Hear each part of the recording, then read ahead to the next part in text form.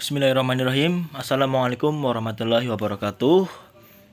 Halo teman-teman, perkenalkan nama saya Eko Darmesa Yedihi dari kelas 3 Perbankan Syariah F dengan NIM 2017202272. Di sini saya akan menyampaikan materi tentang populasi dan sampel. Tugas ini ditunjukkan guna memenuhi tugas statistik terapan. Apakah kalian tahu kenapa saya mengambil materi populasi dan sampel? Karena menurut saya populasi dan sampel merupakan faktor yang penting dalam penelitian karena sangat berpengaruh terhadap kualitas penelitian yang dihasilkan. Baik, langsung saja materi yang pertama yaitu tentang pengertian populasi. Populasi adalah segala sesuatu hal yang memberikan penjelasan mengenai objek dalam penelitian yang di dalamnya senantiasa memberikan penjelasan sekaligus uraian mengenai karakteristik atau sifat yang dimiliki oleh objek penelitian tersebut. Dalam statistik, populasi juga dipandang sebagai sekelompok elemen-elemen atau individu di dalam satu area tertentu baik bersifat nyata maupun imajiner. Itu yang selanjutnya juga ada contoh populasi. Contohnya yaitu prestasi belajar siswa kelas 11 SMA Negeri Aji Barang yang terdiri dari 300 orang siswa akan diteliti. Sebanyak 100 orang siswa kelas 11 diambil secara acak untuk diteliti. Yaitu yang dihasilkan yaitu populasinya ada 300 orang siswa kelas 11 SMA Negeri Aji Barang. Populasi juga memiliki jenis-jenis, yaitu ada 2 jenis populasi. Yang pertama populasi terbatas dan yang kedua populasi tak terbatas. Populasi terbatas mempunyai sumber data yang jelas, batasannya secara kuantitatif sehingga dapat dihitung jumlahnya. Sedangkan populasi tak terbatas yaitu sumber datanya tak dapat ditentukan batasan-batasannya sehingga relatif tidak dapat dinyatakan dalam bentuk jumlah.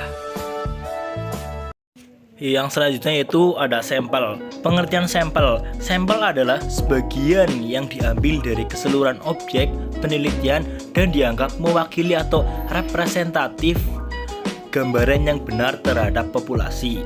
Ada juga contoh-contoh sampel yaitu contohnya Departemen Kesehatan sedang meneliti dampak vaksin terhadap penyakit campak. Mereka akan memilih 19 buah provinsi secara acak dari 34 provinsi di Indonesia untuk diteliti. Maka sampel dari penelitian tersebut adalah 19 provinsi. Selanjutnya ada juga jenis-jenis sampel. Ada 2, sampel probability sampling dan non-probability sampling.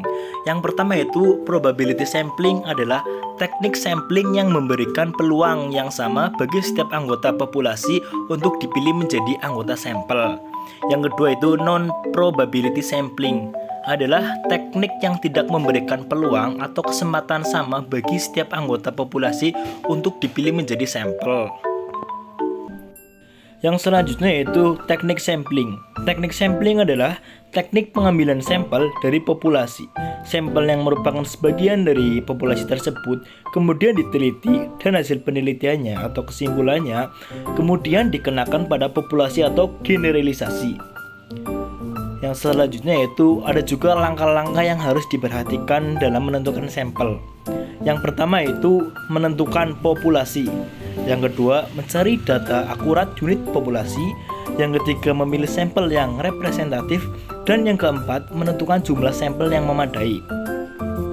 Selanjutnya juga ada manfaat sampling. Yang pertama, menghemat biaya penelitian. Dan yang kedua, menghemat waktu untuk penelitian. Yang ketiga, dapat menghasilkan data yang lebih akurat. Yang keempat, memperluas ruang lingkup penelitian. Yang selanjutnya yaitu materi tentang syarat teknik sampling. Teknik sampling dapat dilakukan apabila populasi bersifat homogen atau memiliki karakteristik yang sama atau setidak-tidaknya hampir sama. Apabila suatu populasi bersifat heterogen, sampel yang dihasilkan tidak dapat bersifat representatif atau tidak dapat menggambarkan karakteristik populasi. Yang selanjutnya ada juga jenis-jenis teknik sampling. Jenis-jenis teknik sampling ada dua. Yang pertama random sampling dan yang kedua non-random sampling. Yang pertama itu random sampling, yaitu meliputi rambang sederhana, sistematis, rambang profesional, rambang bertingkat, serta klaster. Yang kedua itu non-random sampling, yaitu meliputi purposive sampling, snowball sampling, Couta sampling, dan accidental sampling. Alhamdulillah materinya selesai. Terima kasih, semoga ilmunya bermanfaat. Bila ada tutur kata yang tidak baik, saya mohon maaf. Wabillahi taufiq wal hidayah. Wassalamualaikum warahmatullahi wabarakatuh.